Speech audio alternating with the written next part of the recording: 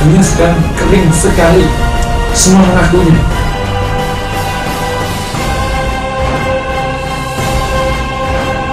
Assalamualaikum warahmatullahi wabarakatuh. Bismillahirrahmanirrahim. Innal hamdalillahi nahmaduhu wa nasta'inuhu wa nastaghfiruh wa na'udzu bihi min shururi anfusina wa sayyiati a'malina. Allahumma shalli wa sallim wa barik ala nabiyyina habibina Muhammad wa ala alihi wa ashabihi wa zurriyyatihi wa dzurriyyatihi wa tabi'ahum bi ihsanin ila yaumil qiyamah. Amma ba'd. Jemaah sekalian, alhamdulillah, berbahagia sekali pada siang ini kita berkesempatan dan dapat menyempatkan diri doa dari majelis ilmu seperti ini. Semoga menjadi amal soleh kita semua di dalam Allah SWT. Tema kita sekarang, ya materinya jalan-jalan kebaikan, dan sekarang jalan yang keempat kalau tidak salah, bersyukur kepada Allah SWT. Sampai sekitar belasan kita akan bahas hal-hal yang bersifat batin atau hati, karena itu merupakan jalan yang terpokok dari meraih kebaikan untuk meraih kemuliaan di kemudian hari. Sebagaimana saya sampaikan sebulan yang lalu tentang jalan ketakwaan, ya, ada yang jalan taubat. Ini bagi orang-orang yang sakit, maka dia tidak boleh mendaki. Orang yang sakit harus berobat. Jalan kebaikan itu mendaki untuk sampai kepada ridhanya Allah. Dengan bahasa lain, dekat pada Allah. Posisi dekat itu ada proses. Bagi yang sakit berobat dulu, tidak bisa mendekat dulu karena virusnya masih banyak. Dan Allah tidak mungkin orang yang berdosa dekat padanya. Itu jalan pertama, sudah saya terangkan bulan yang lalu. Maka bagi siapa saja bisa jadi di antara kita masih mengalami masalah di sini, maka hal pertama harus taubat. Karena la yaqbalullahu salatan bighairi tuhur. Innallaha thayyib la yaqbalu illa thayyib. Allah tidak menerima salat kecuali yang suci. Allah itu thayyib, maka tidak menerima kecuali yang thayyib. Dan dosa itu tidak thayyib, maka tidak mungkin orang mendekat dengan dosa. Oleh karena itu kalau ingin mendekat Allah harus bertaubat. Yani bagi yang sakit harus berobat dulu. Tidak mungkin sakit punya virus mendekat. Nah, kalau sudah berobat relatif sehat, maka Anda punya dua pilihan. Anda bisa seperti Adi Rai yang menyehatkan diri dengan berlatih sekeras-kerasnya sehingga badannya kekar, sehat, lari sekencang-kencangnya. Itu gambaran dari jalan kebaikan yang menggunakan fisik. Jihad, sholat sebanyak-banyaknya, tilawah sebanyak-banyaknya, zikir sebanyak-banyaknya, pokoknya semuanya fisik. Bisa, boleh. Sebagian orang menampaki jalan ini. Dan banyak di antara orang kita sekarang yang terfokus di sini. Karena memang biasanya dari pertaubatan itu pasti menujunya kemari, tidak langsung ke nomor 3. Nah, bagi yang sudah berlatih kencang, lari pagi macam-macam, memperbaiki sholatnya, sholat jamaahnya, dan seterusnya, semua kebaikan-kebaikan luar, sebenarnya kebaikan-kebaikan, hendaklah tidak boleh berhenti di situ. Karena banyak kebaikan yang tersisa yang bahkan lebih penting dari kebaikan yang nomor 2 yang luar itu, yakni kebaikan batin seperti ini. Keikhlasan, ketakwaan, bersyukur, kesabaran, istiqomah, zikir, tafakur, dan lain sebagainya. Ini banyak. Ini mirip orang yang ingin sehat, tidak serta-merta dia lari pagi, tapi dia yoga, lembut, sehat. Dia mencoba mengkonsumsi yang efektif banget. Dia tidak perlu makan banyak, tapi nutrisinya bagus banget. Setiap pagi dia tidak nasi uduk ke bubur ayamnya, tapi dia jus. Beda polanya, dua-duanya sehat, tapi ini pilihan-pilihan. Bagi orang yang perutnya lebar, ya dia nggak bisa pakai jus. Ya lapar ya, jam 9 lapar, ya harus tahu diri. Kalau ususnya sampai 16 jari, ya nggak bisa pakai jus bagi hari. Dia harus menggunakan nasi uduk 3 kali, baru kemudian kenyang. Boleh nggak? Boleh, nggak salah memilih nasi uduk. Dan jangan merasa orang Indonesia kalau nasi uduk. Memang demikian, perut kita mau diapain lagi? Jadi nggak perlu pura-pura makan roti dan jus, ya nggak perlu. Kalau memang nasinya, memang perutnya perut nasi uduk. Jadi ada yang menggunakan cara itu. Tapi kalau dia cara itu sampai akhir hayat, bahaya. Karena bisa ada gula macam-macam di belakang, nasi yang terlalu banyak setiap paginya. Dia harus berubah setelah umur 40, mulai mengkonsumsi hal-hal yang lembut, jus dan lain sebagainya. Maka yang nomor 3, seperti orang yang ingin sehat tapi pakai yoga, nutrisinya bagus-bagus, pikirannya ditenangkan, badannya sih mungkin biasa banget, tapi sehat, segar bugar dia, nggak ada penyakit, sehat segar bugar, pikirannya disehatkan, dia nggak pernah negatif, penerimaan kepada karunia-Nya tinggi sekali, dan seterusnya. Dia kemudian memperbaiki makanannya, semuanya yang lembut-lembut itu menggunakan jalan hati. Nah, yang sempurna ya ketika jalan digunakan, dia juga berubah, dia juga berlatih fisik, dia juga berlatih hati, lengkaplah sudah. Beberapa contoh orang berlatih fisik yang Allah sebut sebagai ahli surga, para syuhada, syuhada Uhud dan syuhada di Badr. Allah nyebutnya sebagai Allah telah meridai mereka semua. Ahli Badr itu menggunakan fisiknya untuk bertanding, mempertahankan agama Allah, fisiknya yang ditaruhkan, Allah ridai. Tapi ada sebagian orang yang tidak menggunakan itu, yang terkenal dengan kalau kau ingin kata Rasul, yang artinya kalau kau ingin lihat ahli surga, lihatlah dia. Ya kan? Cerita populer, didekati ternyata biasa banget, dia mulai nggak ada, tilawah ada. Dari mana? Dia yoga, men. Dia tidak lari pagi.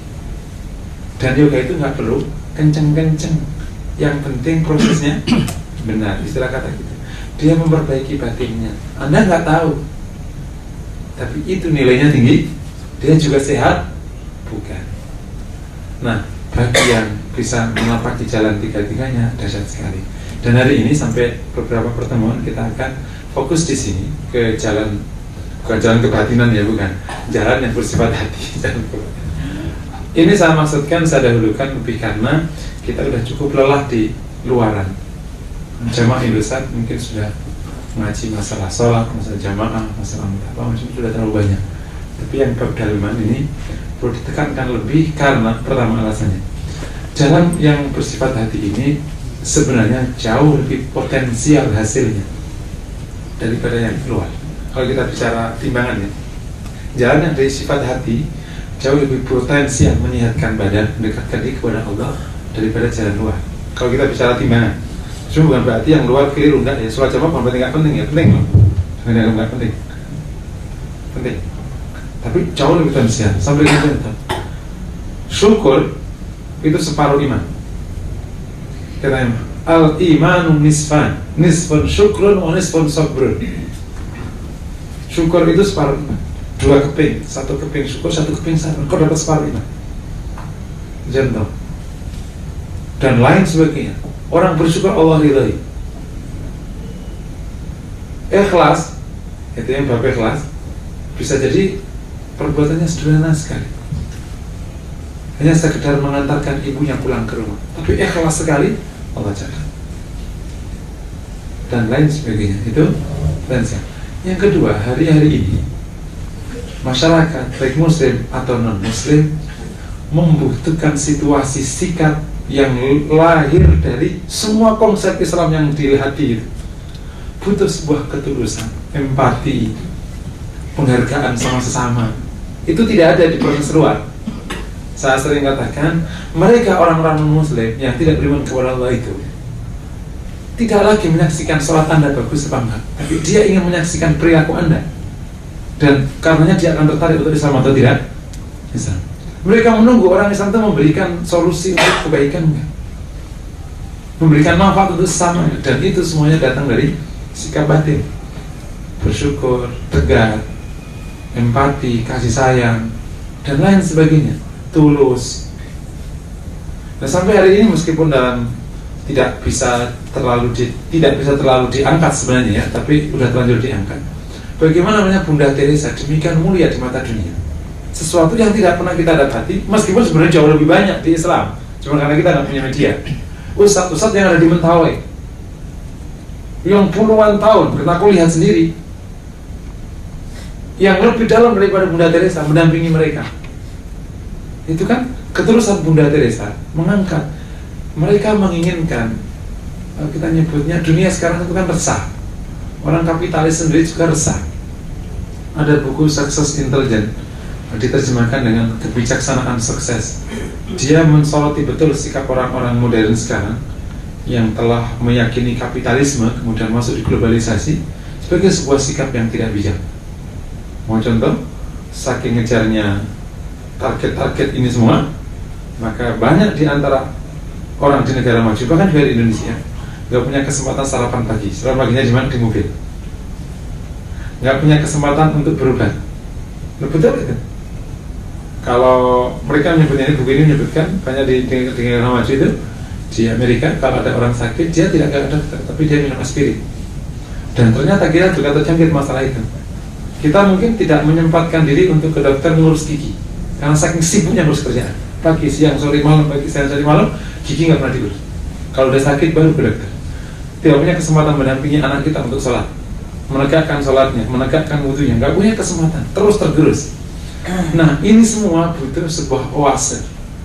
Dan orang Islam yang paling potensial menghadirkan itu dari sikap-sikap batinnya yang sangat baik, tulus, empati, mengajarkan keseimbangan hidup. Kalau orang-orang mulai lirik dengan Tibet, nah, siapa itu? Siapa? Dalai Lama. Karena konsep-konsepnya sangat menyejukkan. Lepas bahwa dia beragama apa, kalau kita dengar wawancaranya, itu sebenarnya harus keluar dari mulut orang Islam.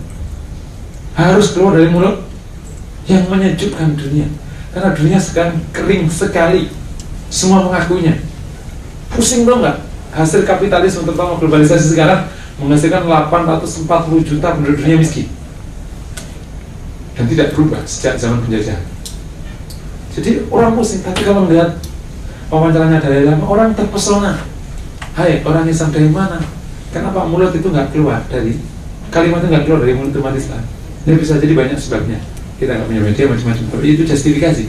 Tapi karena memang kita harus punya satu komitmen untuk memasuki jalan kebaikan yang bersifat hati, agar kebaikan ini terasa sekali di dada, sejuk di dada, dan orang terpesona dengan agama kita. Oke, jalan yang keempat, setelah dulu ada kesungguhan, ada taubat, ada takwa, bersyukur kepada Allah. Kalau secara bahasa bersyukur itu menampakkan. Bersyukur itu menampakkan. Kalau yang orang Jawa, maaf yang tidak Jawa, disebut dengan ngetokno. Kalau ada orang dikasih makanan, terus kemudian makanan itu tidak pernah disuguhkan kembali ke orang ngetokno, yakni tidak menampakkan diberi. Syukur itu menampakkan. Apa maknanya secara istilah? Menampakkan bahwa karunia ini datang dari Allah, bukan datang dari Allah. Orang yang bersyukur tidak pernah melihat dirinya sebagai pencetus kenikmatan. Dia hanya penerima kenikmatan. Oleh karena itu selalu disebutnya sebagai datang dari ini contoh kalau di jalan, kalau di lapangan, ganteng banget tuh anak lo. Siapa dulu bapaknya? Tok. Kalimat itu saja kita dengar. Pinter banget tuh anak lo. Ya siapa dulu yang ngajarin, makanya jangan kayak mama lo. Nyari istri dari warteg, gitu misalnya gitu. Ini yang tampak siapa? Dirinya. Bukankah Korun disiksa karena menampakkan dirinya ketika dia mendapatkan karunia langsung ditelan oleh bumi. Dan kalimat itu terlalu mendominasi kehidupan bermasyarakat. Sebenarnya kalau menggunakan urusan-urusan masalah adab dan kedoliman itu, Allah memberikan kelapangan untuk kita semua bersyukur sekali. Korun hanya menyebutkan ini datang dari kecerdasanku, dari ilmuku, lep ditelan bumi kayak sosis. Lep. Dan kalimat itu terlalu berulang-ulang dari mulut orang-orang di kota besar. Ketika disebut, wih, yuk karirnya melejit banget. Nah, iyalah, masa kayak lo, nggak ngerti itu. Kerja kayak gitu jujur amat sih, pintar dikit kenapa? Bener? Kalimat itu sering disuruh aja kalau mau. Coba, ya Allah enggak lah, ini hanya karunia saja, saya hanya menjalani. Mungkin ini kalimat ini mungkin hanya 5% dari sekian kalimat yang muncul ketika mendapati karunia. Ada yang mengatakan syukur itu adalah menggunakan karunia Allah untuk hal-hal yang diridhai Allah. Jadi syukur ternyata dimensinya luas sekali. Makanya Rasul menyebut sholat malamnya sebagai afala akuna abdan syukur. Maka saya bukan nama yang pandai. Allah Rasul menggunakan tenaganya, waktunya, pikirannya, semuanya untuk. Saya berikan contoh, kalau ada orang ngasih uang ke seorang preman, man preman, nih gua kasih duit, tapi makan lo, kurus kayak gitu, misalnya gitu. Tiba-tiba orangnya meleng, duit pakai minum, marah nggak nih yang ngasih? Marah. Karena nyuruhnya dipakai Allah kasih karunia untuk ibadah, bukan untuk menentang. Kalau sama-sama menentang, ngapain dikasih? Logik. Orang yang menggunakan karunia Allah menentang Allah itu nggak logik. Allah kasih tenaga, Allah kasih waktu, Allah kasih pikiran, Allah kasih ilmu, Allah kasih harta, Allah kasih kuasa, Allah kasih dipakai menentang Allah, dicabut lah. Makanya wala inna kafartum minal adzabi. Itu logik gitu. Jadi syukur dengan nikmat itu logika. Logik banget. Dan kufur dengan azab itu logik. Jangan berharap mendapatkan tambahan karunia pada saat kita tidak pernah menggunakan karunia untuk yang diridhai pemberi karunia. Jadi dimensi syukur menjadi sangat luas. Di sini nanti ada syukur dengan hati, syukur dengan lisan, syukur dengan Allah. Oleh karena itu sebagian ulama akhirnya menyebutkan ini dengan lebih jelas lagi. Bersyukur adalah mengakui kenikmatan Allah sebagai datang dari Allah di hatinya, untuk menyebut-nyebutnya di lisannya dan membuktikannya dalam perbuatannya. Namanya asyukru bil qalbi, itu iqrarun bil qalbi wa thana'un bil lisan wa amrun bil jawarih. Mirip bab iman. Ada pengakuan di hati yang paling dalam, ya Allah, ini piring banyak sekali. Pada waktu awal nikah piringku ini ya Allah transparan, hasil dari rinso dan shopping. Sekarang sudah mulai butek, masih cekung, lama-lama sudah ceper, ada garis emasnya, berarti udah mulai kaya ini. Ya, piring kita kalau masih transparan berarti masih rakyat jelata. Kita bersyukur dulu. Mungkin ini saya mencontohkan sederhana saja, kalau saya muluk-muluk sederhana aja, piring, cendera di awal pernikahan kita mungkin yang 5.012 deh, belinya di belakang BSM. Lama-lama mulai yang 60.000, 100.000 yang berat. Di meja makan dulu nggak ada pisau, sekarang ada pisau. Bersyukurlah kepada Allah sudah agak keren dikit makan pakai pisau. Tapi jangan pakai tangan kiri. Itu repotnya ya. Budaya makan sekarang. Dikasih sendok 4, pisau 1. Nah, lu gimana cara makannya? Tangannya harus kanan. Tak pedulilah engkau makan kiri, baju harus gantian. Dipindah ini, dan seterusnya. Bersyukurlah ya Allah, ini karuniamu betul. Allah kasih anak, Allah kasih istri. Ini bab istri, ibu dari belakang. Mestinya istrinya pernah ngikut ngaji. Selama ini bisa jadi kita tidak pernah merasakan itu karunia. Dan kita bahkan setelah menikah beberapa tahun kita mengatakan, aduh, musibah banget gue dapet dia. Itu mestinya aku tuh dulu dapetnya sama. Kenapa dia? Ya Allah, musibah dia mah berkah. Tapi aku musibah. Hai laki-laki hebat, bersyukurlah kepada Allah ada wanita yang mau menikah sama kamu. Itu namanya bersyukur. Ya Allah, aku bersyukur ada wanita nikah sama aku. Masya Allah, alhamdulillah. Ada satu wanita di antara ribuan wanita, ada yang mau sama aku. Itu namanya mengaku itu datang dari Allah. Karena kalau Allah cabut itu cinta, kita ditendang siapapun. Banyak orang hebat nggak dapat pasangan. Banyak wanita hebat nggak dapat pasangan. Bukan karena dia tidak hebat, tapi karena orang takut mendekatinya. Nggak dapat juga ujungnya kan. Jadi ketika ada wanita mau sama kita dengan susah payah, terimalah dan bersyukurlah. Gemuk, enggak urusan gemuk, alhamdulillah gemuk gitu. Alhamdulillah kurus, kering, alhamdulillah apa dan seterusnya. Diakui di hati datang dari Allah. Jadi di sini di bersyukur itu tidak ada diri kita normal. Yang normal itu Allah. Ini ibadah nggak pakai waktu men, nggak pakai waktu. Uniknya ibadah pakai hati itu bisa dapat banyak tanpa mengkhususkan diri pakai waktu, nggak khusus. Kita di kantor sambil kerja itu bisa bersyukur. Lain kalau kita sholat, lain kalau kita tilawah, harus berhenti dari pekerjaan. Ibadah syukur itu ibadah hati. Makanya kenapa nilainya itu dahsyat sekali, karena mempotensial dan dia bisa bersamaan dengan banyak pekerjaan. Roh. Jadi yang pertama tadi ikrar, kemudian ada menyebutnya dalam lisannya, maka sering-sering dia menyebut alhamdulillah. Lisannya tidak pernah menyebut dirinya dalam karunia sama sekali. Dan mungkin semoga ini menjadi bagian dari budaya kita. menyebut, meskipun materialisme tidak menyediakan budaya ini. Materialisme menyebutkan diri kita yang hebat, kita yang hebat. Kalau dipuji, terima kasih. Ini aneh bin ajaib. Dan kita tetap pada pendirian kita. Kalau dipuji, kita istighfar. Lah kalau gitu, kapan kita naik? Bukankah yang penjilat itu Ustaz kadang nggak kerja, tapi dia penjilat nariknya bagus. Allah tidak buta. Gitu aja. Allah tidak buta. Itu satu filosofi yang harus kita paham. Allah melihat pekerjaan kita. Jadi kalau kita bagus, insya Allah. Kalau kita sudah bersyukur kepada Allah dengan bahwa kemudian menonjolkan, enggak lagi. Enggak. Ada nanti proses yang perlu bijak dalam praktek di lapangan antara menonjolkan yang mengingkari syukur dengan tahatus bin nikmah yang itu menunjukkan. Nah itu nanti perlu ditempatkan. Tahatus bin nikmah sunnah, menyebutkan nikmat itu sunnah. Tapi kalau untuk kufur dan mengangkat dirinya, enggak. Menyebut. Oleh karena itu banyak menyebut alhamdulillah. Dikit-dikit alhamdulillah. Dikit-dikit. Yang nomor 3, membuktikannya dalam perbuatan. Jadi dia membuktikan semua karunia, harta dipakai di jalan Allah, pikiran dipakai di jalan untuk kebaikan, tenaga dipakai di jalan Allah, kesehatan dipakai, kelapangan waktu dipakai. Betul.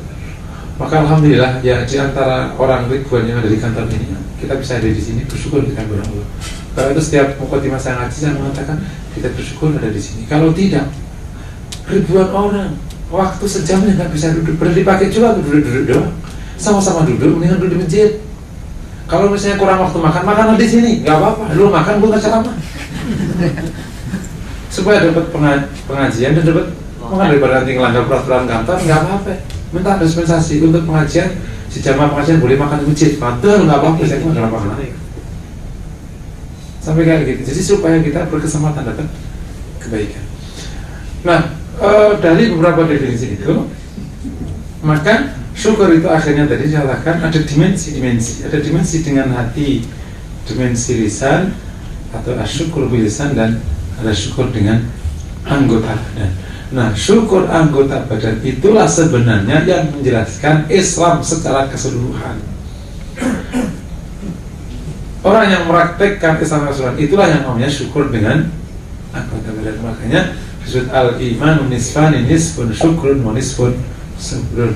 Iman itu 2 keping, 1 keping itu syukur, 1 keping sabar. Karena ada praktek membuktikan semua karunia Allah dipakai di jalan dan menggunakan karunia di jalan Allah, itulah keberislaman yang komplit, yang kafah. Dengan bersyukur saudaraku yang berbahagia, seperti yang disebutkan oleh Allah di firman-Nya, insya Allah akan mendatangkan banyak karunia. Dan yang pertama, ini yang disebut sebagai fadilah syukur atau dampak baik bersyukur. Hal pertama yang selalu kita ingat, kalau kita bersyukur, insya Allah tambah karunia. Janji Allah, la in syakartum la azidannakum. Bahkan Ibnu Qayyim sampai menyebutkan satu kesimpulan berbalik. Kalau kita kaum muslimin tambah hari tidak tambah karunia, maka harus dicecar syukurnya. Jangan-jangan kurang bersyukur atau tidak. Rumusnya orang mukmin itu tambah karunia. Karena la in syakartum la azidannakum. Jadi tambah anak, jangan tambah istri ya, tambah anak, tambah karunia, tambah kesempatan, tambah kebaikan, tambah iman, tambah Islam, tambah khusyuk, tambah baik, tambah soleh gitu. Ini yang akhirnya sejalan dengan rumusnya orang mukmin yang namanya setiap hari harus meningkat. Saya mengatakan rumus hidup orang mukmin itu meningkat dan bertambah. Rumus peningkatan, rumus pertambahan, continuous improvement, kira-kira gitu. Jadi orang Islam dengan modal syukur, insya Allah nambah karunianya, nambah kebaikannya, meningkat kebaikannya. Kalau faktanya tidak menambah, berarti mungkin kurang bersyukur. Karena janji Allah jelas, la in syakartum la azidannakum. Sungguh itu. La in syakartum la azidannakum. Ini tentu saya hanya bercanda. Mohon maaf ibu-ibu, jangan marah ya, hanya bercanda saja. Saya mencoba bertanya salah satu orang yang menikah lebih dari 1. Mohon maaf, ini bercanda aja ya, tidak serius. Semua orang mengatakan mana ada wanita betul, mana ada wanita memperbolehkan dan mengizinkan kan? Saya punya teman Malaysia, ini kasusnya Malaysia ya. Kenapa sih kamu bisa nikah lebih dari satu? Oh, aku syukuri istriku. Tentu bahasa dia tidak begitu ya. Bahasa dia ya, aku sayang istriku, aku penuhi semuanya, aku tidak pernah celah dia, aku sanjung dia, pokoknya gitu. Maka ketika aku meminta izin, aku diizinkan.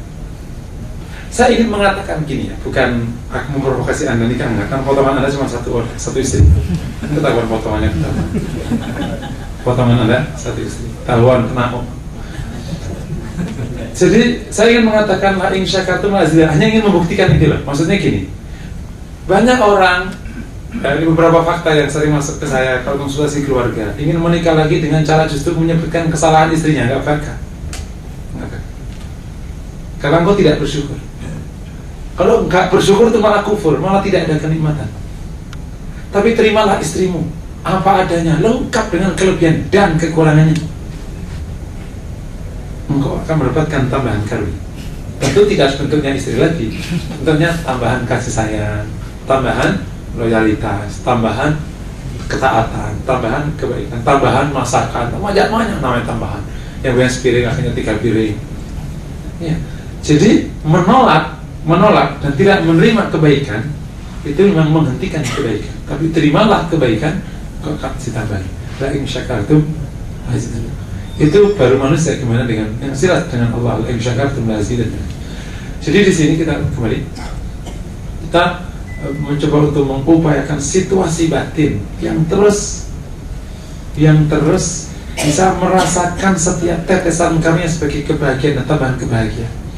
Kabar buruknya, kita semua ada di satu situasi hidup yang telah berideologi kapitalisme, yang telah masuk di era globalisasi, dan salah satu budaya yang diseret sama kapitalisme dan globalisasi adalah tidak pernah bersyukur. Dengan bahasa lain, selalu dikejar-kejar target, selalu dikejar-kejar bayangannya sendiri. Ini situasi batin saya akui hampir semua psikolog modern sekarang. Kapitalisme tidak pernah puas dengan hasil. Tidak pernah puas. Salah satu momok terberat dari orang modern adalah apa sebenarnya target. Dan target itu tidak pernah mundur. Tahun ini Anda saya targetkan 0%, kan harus sudah untung 20%, mana ada. Karena tahun kemarin naik 10%, tahun ini naik 20%. Terus tidak pernah berhenti. Kita bisa mencapai target, tapi tidak harus meninggalkan syukur. Tapi faktanya mengejar itu akhirnya meninggalkan rasa syukur. Dengan bahasa lain, salah satu budaya yang ditinggalkan, yang dibawa oleh kapitalis dan globalisasi adalah kita selalu melihat apa yang belum kita dapatkan dan melupakan apa yang sudah kita dapatkan. Itu budaya yang kita selalu melihat apa yang belum kita. Sebelum kita masuk Indosat, wah kayaknya bagus banget ya, masuk Indosat, perusahaan besar, kira-kira gitu, berkantor di jalan besar, kan kira-kira gitu. Merdeka Barat, bersejajar dengan Mahkamah Konstitusi, kurang apa coba? Satu-satunya kantor swasta yang berjajaran dengan Mahkamah Konstitusi, atau ini dah masih kurang apa coba? Oke, setelah kita masuk, kita melupakan bahwa kita menjadi orang Indonesia. Maka kita ingin naik berikutnya, dan buktinya kalau di lapangan anak-anak baru bekerja, ya Allah, kalau naik angkot, naik kereta ekonomi berat ya. Coba kalau punya motor, coba kredit motor, ya udah gak cocok mukanya naik motor, gitu kan? Hanya harus memaksa diri kredit yang rodanya 3. Ya tahu apa sebenarnya. Baju biru apa itu. Terus meningkat. Bolehkah sebenarnya? Tidak salah bahwa kita ingin mendapatkan lebih, itu nggak salah. Tapi kalau kita tidak pernah bahagia dari apa yang kita dapatkan, itulah yang jadi perkara, karena itu tidak bersyukur kita. Meskipun akhir-akhir ini di dunia motivasi sudah ada pergeseran sedikit. tapi belum dominan ya, belum dominan karena budayanya belum. Yang disebut dengan menikmati kemenangan kecil sudah dipakai. Kalau zaman dulu kita tidak pernah boleh puas akan hasil supaya kita terus terprovokasi. Sekarang enggak, justru suruh menikmati kemenangan-kemenangan kecil. Itu dirasa jauh lebih tenang, tentram, dan justru lebih meningkatkan motivasi, tidak meledak. Tapi karena budayanya belum budaya, baru di konsep-konsep dimotivasi, enggak. Di lapangan orang selalu memimpikan apa yang belum didapatkan dan melupakan apa yang didapatkan. Akhirnya tidak pernah bahagia atas apa yang didapatkan, karena dia melupakannya. Dan itu betul. Dunia itu memang begitu dunia, karena dunia itu memang menipu. Kenapa menipu? Manusia selalu menginginkan apa yang belum didapatkan, dan dia akan meninggalkan apa yang sudah didapatkan. Ketika belum punya mobil baru, begitu mobil baru dapat, ingin mobil berikutnya, ingin.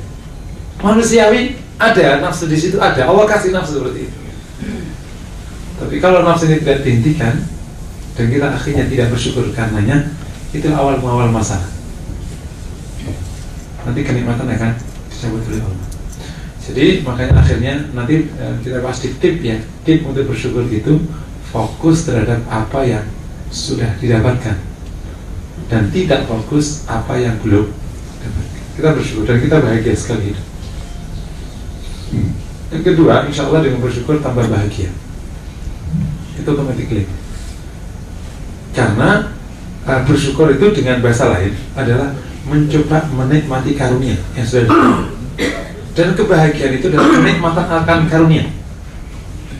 Jadi antara apa yang kita dapatkan tidak serta-merta mendatangkan kebahagiaan yang kita impikan, selama tidak disikapi dengan menikmati apa yang kita dapatkan. Apa yang kita kumpulkan tidak serta-merta menambah kebahagiaan selama tidak kita sebagai dengan menikmati apa yang kita dapatkan. Contoh yang paling gampang, ada ini yang pernah disampaikan oleh siapa itu yang penulis beberapa buku keluarga, apa itu si puisi ya, adiknya Asma Nadia. Dia menceritakan dari salah satu seminar sama saya, Ustaz, ada seorang laki-laki pada waktu dia mengejar istrinya ini itu, dia mengejar dengan susah payah karena istrinya itu memang nggak levelnya sebenarnya. Kata sama dia ini bahasa beliau bukan bahasa saya. Dikejar, tapi mungkin istrinya ini nggak tahu gimana, mungkin salah lihat atau mungkin kasihan, bisa dikasihan kan, kasihan nih orang datang jauh-jauh dari mana, nungguin sampai berhari-hari, pasta. Akhirnya diterima. Tapi apa yang terjadi setelah nikah beberapa hari, dia ingin meninggalkannya. Yani mau menikah lagi maksudnya. Persoalannya dia melihat kekurangan istri dan pujaannya. Bahagia nggak dia dengan istri yang hebat ini? Ya kan bahagia. Dan itu yang sebenarnya menjadi masalah utama masyarakat modern, termasuk umat Islam di masyarakat modern. Tingkat kebahagiaan turun drastis. 50% Jadi 50% stres kan kalau di Jakarta. Dan tingkat kebahagiaan turun drastis. Dibandingkan orang tua kita yang ada di daerah, bahagia mereka. Sungguh bahagia mereka, udah disurvei. Dan yang paling tidak bahagia adalah orang yang ada di kota Medan. Dan yang paling bahagia kalau di 11 kota Indonesia yang besar, orang yang tinggal di kota Semarang. Saya tidak tahu Semarang, tapi yang jelas memang termasuk Cina Semarang sendiri, ya, apalagi yang orang muslimnya. Cina Semarang sendiri beda dengan Cina Surabaya. Cina Semarang itu lebih tidak provokatif, ya tidak terlalu ambisius gitu. Nah, memang orangnya kan gitu, nggak tahu. Mungkin air Semarang. Kenapa tidak Jogja? Enggak, Jogja sudah menggigit sekali sekarang. Jogja sudah sangat menggigit. Ya, keinginannya untuk mendapatkan tinggi sekali. Kalau orang Semarang masih ya kira-kira gitu. Jadi kita kembali ya, dan akhirnya kita akan bertanya pada diri kita, Kalau selama ini kita akhirnya bahkan beberapa jam untuk kita mencoba menikmati karunia, dalam arti mensyukuri karunia, menjalani hidup yang normal dengan segala dimensi yang kita miliki, kita coba. Tetapi ada hidup berkeluarga, maka kita punya waktu untuk berkeluarga. Ada hidup beribadah makhdhah, kita punya waktu yang tidak tergesa-gesa untuk ibadah makhdhah. Ada hidup bertetangga, ada urusan kesehatan, urusan olahraga yang selama ini tidak pernah kita kasih waktu. Dan atas nama apa? Atas nama karir, harta, bisnis, semuanya. Pertanyaannya, apakah kita bahagia dengan itu semua? Saat kita tidak pernah lagi menikmati apa yang kita dapatkan. Karena begitu kita mendapatkan, kita langsung tancap target di atasnya lagi. Betul? Begitu dapat, langsung tancap target di atasnya lagi. Kelak, manajer langsung 2 tahun lagi GM. Kapan lo senang? Punya rumah nih, ngeredit 2,5 juta per bulan, langsung tancap 5 tahun lagi, gua harus 4 kali lipat luasnya rumah ini. Kapan lo bahagia? Jadi akan mendatangkan kesedihan. Dan kalau sudah sedih, tidak ada artinya apa yang kita dapatkan. Karena inti dari yang kita dapatkan itu kebahagiaannya.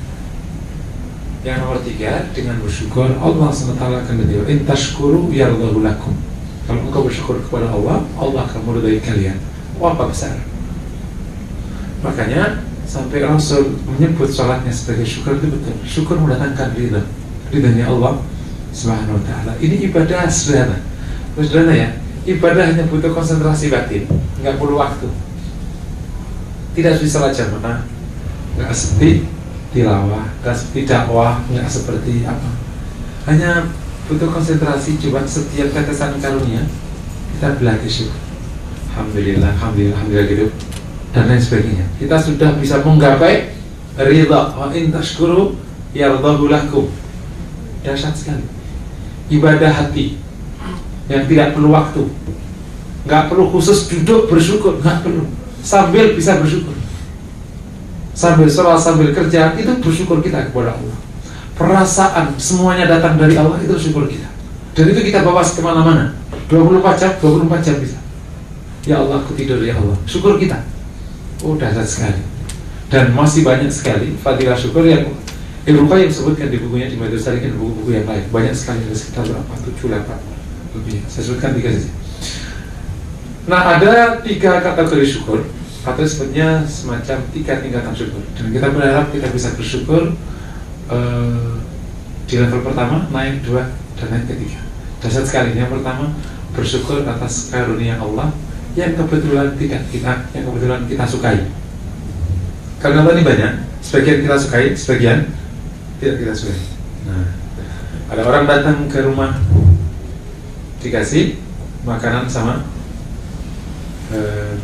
istrinya, makanannya jengkol, dan dia paling benci sama jengkol. Maka yang bersyukur, oh ini nggak suka ya, mensyukuri kenikmatan yang kebetulan dia sukai. Berarti bukan itu kisahnya. Orang suka jengkol. Karena dulu lahir disuka jengkol. Lainnya pakai pengki, udah lah sama jengkol. Zaman dulu kan pakai pengki zaman dulu. Karena anak sekarang lahir jadi rumah sakit. Memang kita yang lahir tahun 70, 60 kan masih pakai pengki kan.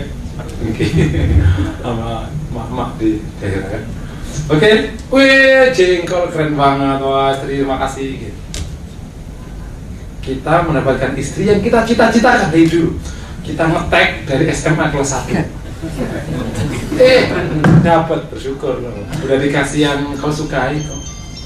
Kita ngetek kerjaan, bahwa nanti kalau aku kuliah dari sini melamar di Indosat, alhamdulillah dapat Indosat.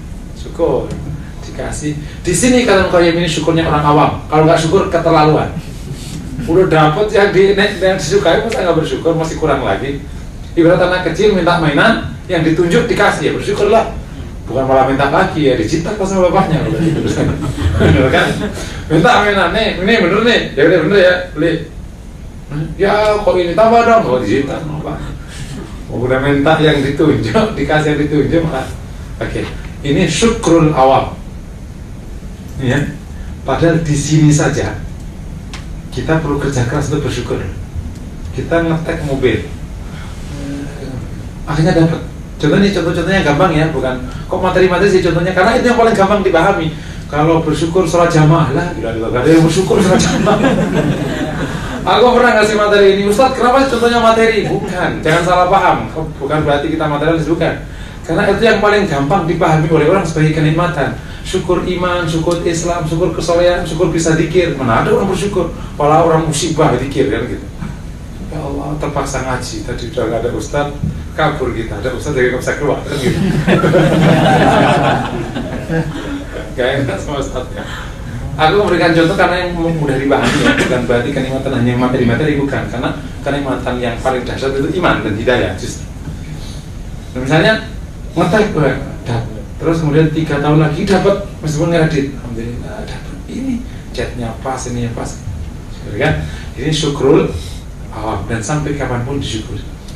Yang kedua, mensyukuri karunia yang datang dari Allah. Karunia ya, bukan musibah ya, karunia yang kebetulan tidak kita sukai. Orang tidak suka sayur bening. Dari rumah kata, wah nanti bakal sayur lodeh. Orang Jawa. Kok sayur bening lagi, pakai sayur betawi. Ya alhamdulillah sayur bening. Orang tidak suka teri jengki, karena dia mungkin orang kaya ya, makan teri jengki. Ternyata istrinya ngasih teri jengki. Alhamdulillah teri jengki. Jadi dia bisa bersyukur atas karunia. Nah, sekarang contoh ngetek istri dapatnya ono. Nah, biasa kan? Karena hampir sebagian orang, saya mungkin separuh lebih mendapatkan yang tidak dicita-citakan. Enggak ya. Misalnya ngetek sana dapat sini. Sama saya juga istrinya ngetek sini dapat. Ngetek sana kenapa sih gak datang dia? Ya ternyata udah nikah dulu. Kenapa sih papa nggak bilang sih dulu? Katanya anak perempuan. Oke, ngetek ditolak-tolak ya. Sudah mau gimana lagi? Dipaksa-paksa nggak bisa. Ya sudah akhirnya terpaksalah menikah dengan yang mau diapain lagi. Ya, alhamdulillah mendapatkan yang ini. Gitu, coba bisa kayak gitu ya? Gampang tuh nggak ini? Sampai ya musibah. Ribet dah tuh. Kamu bisa mencintai aku? Nggak ada. Pokoknya ini hanya pernikahan formalitas. Karena perintah orang tua aku. Kalau nggak aku disuruh keluar negeri, masalahnya kalau gitu. Jadi jangan mimpi lagi kan. Syukuri. Masih mending Allah kasih seorang wanita yang masih mau dinikahi sama. Kalau tidak dihentikan semuanya, baru tuh rasain nyahok. Kalau laki-laki itu. Ini bab, saya ingin mengatakan kenapa harus bersyukur dari apa yang tidak kita sukai. Asa anta kalau syai'an khairullah. Betul. Mata manusia tidaklah seawas iroda Allah, kehendak Allah. Dan memang tidak pernah sama. Allah tahu hakikatul amr. Manusia tahunya luar-luaran dan benar. Terkadang apa yang kita anggap baik itu tidak baik untuk. Hey man, kalau you nikah sama istri yang itu yang you take dari kecil dan kau dapat, kau tidak dari istrinya, kau jadi pesuruhnya. Kenapa? Karena gak cocok loh. Gak cocok. Ditentek orang juga gak cocok. Jadi udah bersyukurlah kepada Allah. Lo betul, jangan kita ngelambung gitu. Allah itu selalu berikan yang terbaik. Sungguh, saya banyak berikan contoh kisah-kisah nyata betul, di mana orang tidak mendapatkan yang dicita-citakan, tapi bersyukur sekali. Ada orang nih baik sekali, istrinya ya lah kadarnya lah, nggak sesuai lah ya. Maksudnya orang ini smart, pinter banget, keren banget. Tapi ya mungkin dia bersyukur sampai akhirnya punya anak cukup banyak. Dia tidak pernah mengeluh, tidak pernah ingin menikah lagi. Disyukuri, dinikmati apa yang Allah berikan padanya. Oke, tapi apa? Allah punya perhitungan yang lain. Maka istri dimatiin. Maksudnya diambil nyawanya karena Allah ingin membahagiakan hamba ini yang sudah bersyukur atas bab dikasih yang jauh lebih baik yang tidak terbayang oleh dia sebelum nikah waktu itu.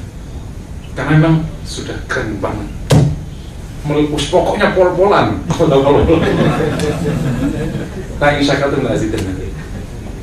Di syukur pertama kita mungkin bisa melampaui. Di bab kedua kita perlu lebih keras lagi mensyukuri karunia yang bisa jadi tidak kita terima. Nah, kabar baiknya kalau kita bisa mensyukur di bab ini, dunia itu bahagia, nggak ada yang membuat sedih kita. Karena apa yang ada di luar diri kita itu tidak pernah mempengaruhi diri kita, selama diri kita punya sikap yang tepat. Dan bahagia itu ada dalam diri kita. Jadi apapun yang di luar sana tidak akan sanggup menyulitkan kita dan membuat kita sedih selama kita bahagia dengannya. Ada orang mengeluh istrinya gemuk. Kenapa mesti dikeluh? Karena aku senang yang gemuk kok. Saya nggak urusannya. Bersyukur dengan yang gemuk. Lah, dulu kan ramping ya dulu. Aku sekarang selera aku udah berubah. Selera aku udah yang gemuk. Wah, Allah ini bisa loh. Maka aku mensyukuri. Nah, daripada gak ada dinamikanya, rempeng terus kan gak enak. Nah, bener gak? Daripada gini loh Pak, wanita-wanita itu sampai pada stres, tidak bisa makan apa yang diinginkan. Kan? Setiap makan itu nahan, dan setiap malam meskipun lapar dia nahan, supaya dia tetap menjadi ramping. Dolim banget kan suami kayak gitu? Bilang sama istrinya, makan mah yang semaumu, aku tetap mencintaimu meskipun kau kayak tong. Gitu. Gak apa-apa. Kasihan, saya kasihan banget dari ibu yang akhirnya menyiksa diri. Saya sudah menyiksa diri, diet ya. Makan ini enggak, kan kasihan, hidup cuma sekali, gak boleh makan apa aja, kan boleh kasihan. Biarkan makan, asal masih sehat, ya bukan kamunya gemuk tidak sehat, asal masih sehat. Tentu bukan berarti menyarankan Anda punya istri gemuk, tidak. Maksudnya kalau terpaksa gemuk dan terlanjur gemuk, bersyukurlah punya istri gemuk, digeser pandangannya. Ternyata gemuk itu beda, ya gitu. Jadi ada dinamika jangan dulu kurus, semi kurus kan gitu, dulu kurang gizi, kurus banget. Ya, ini pas sekarang udah saking berlimpah, bapaknya suaminya udah jadi GM, kan akhirnya gemuk.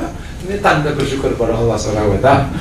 Dan akan menarik, sampai hari ini di Timur Tengah belum bergeser.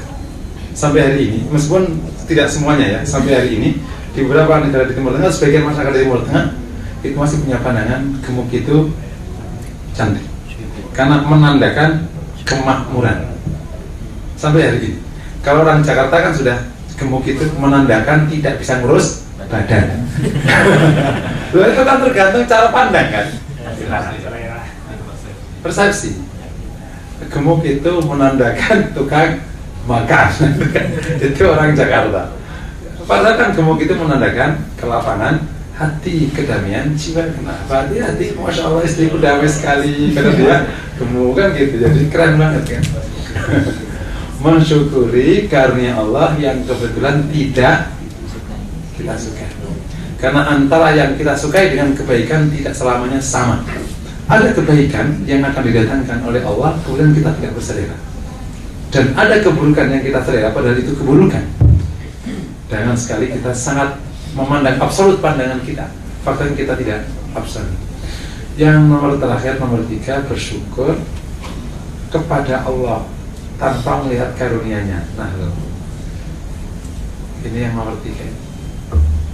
Tidak lagi, kalau melihat karunia berarti masih bermain kepentingan. Lo syukur lo dikasih, kalau kagak baru manyun, gitu kan gitu. Ya Allah, aku tidak lagi melihat. Selama itu datang darimu, aku bersyukur. Nah, ini contoh konkret yang cukup gampang dipahami. Seorang anak muda, seorang wanita mau menikah dengan seorang anak muda. Ya, menikah. Kebetulan si cowok ini ngasih bunga. Ini contoh aja ya. Wah, ini bunga, tolong disimpan yang apik di lemari yang paling bagus. Ternyata itu dari Okudoku, 5.000. Ya, aku udah tahu dari toko 5.000. Karena bedok itu. Aku sering ngantar anak saya ke situ. 5.000. Akhirnya sampailah ke rumah. Itu bunga ditaruh di tempat. Apaan bunga kayak gitu ditaruh? Bunga murahan kayak gitu, karena mamanya tahu persis itu bunga. Mah, jangan lihat bunganya, lihatlah siapa yang membeli. Emang siapa? Calon mantu mama. Hah? Mama udah punya calon mantu? Oh iya, pokoknya orangnya keren banget, gini. Orangnya baik. Kok bisa disebut baik? Suka naktir aku, nganterin aku, dan dia kemudian gampang dibohongin. Loh, Kan kata baik versi anak muda Jakarta itu kan 3 itu. Jangan dianggap kayak versi Anda yang sholat berjamaah, kira nggak ada. Rumus baik di cewek Jakarta itu 1, dia suka traktir, yang kedua nganterin kemana-mana, yang ketiga gampang dibawa. Kalau di mana? Gue kuliah. Oke, ayo baik. Oh ya, tuh gampang dibawa, ngindur dia lagi kemana-mana. Itu baik banget namanya. Jadi kalau ya, gitu. Jadi, oh bener ya, coba kesini. Oh bener. Ya sudah, simpan yang rapi. Ini keluarga yang melihat bunganya yang 5.000, tapi melihat siapa yang? Selama itu datang dari Allah, aku berterima kasih ya Allah. Bersyukur. Oh, ini sudah tidak melihat, karena yang melihat.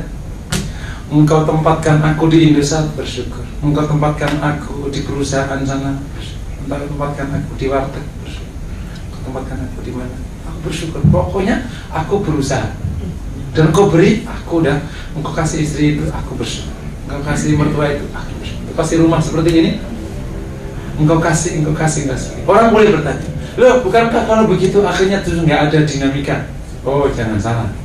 Justru dengan menikmati karunia ada dinamika. Karena pada saat yang sama perintah meningkatkan kebaikan itu berjalan.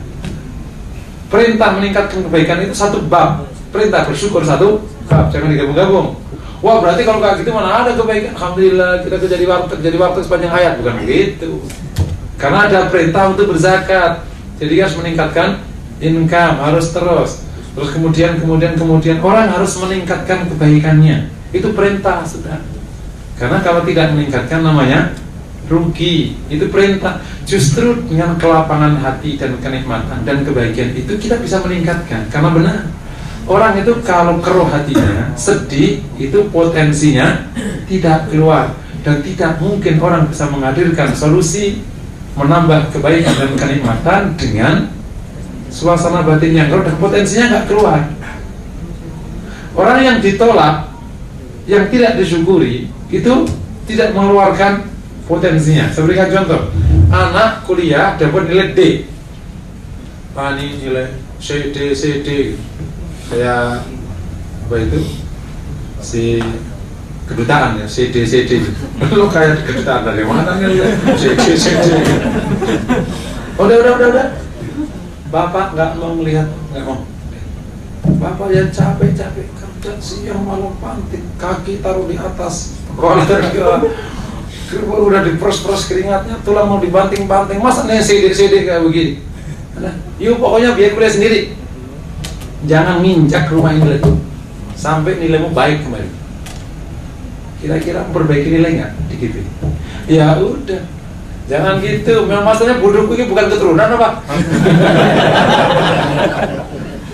Coba, papa gak usah belagu sekarang, ini nilai bagus. Coba, ayo buka-bukaan. Mana mungkin anak bodoh dari keluarga bapak pintar, mustahil. Anak bodoh dari bapak yang bodoh. Anak ini. Dan ternyata kalau penerimaan itu mendatangkan potensi. Contoh, ini di pendidikan yang sekarang diajukan ketika anak mengalami masalah, terima. Anak misalnya apa? Kita ambilnya katakan banting piring. Oh, banting piring, ganti loh. Oh, enggak ganti. Gue banting lagi nih, Pak. Kalau adik banting piringnya sudah ya, ini banting piring sudah ini sakit. Tapi besok enggak ya, dia enggak. Karena kesalahannya, kekurangannya diterima. Jadi syukur itu membuat potensi menaik malah. Syukur itu membuat potensi. Alhamdulillah sekarang aku udah punya kerja. Alhamdulillah. Ya, insya Allah nanti kita tingkatkan. Enak kan? Damai di hati.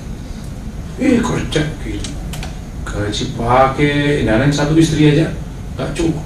Nambah, ya Allah, nasib. Kerjanya serius nggak nanti? Nggak bakal, karena dia sakit hati. Datang ke kantor manyun. Kenapa manyun? Gak ada gunanya. Gua kenceng juganya segini, gua serius juganya segini. Udah, nasib.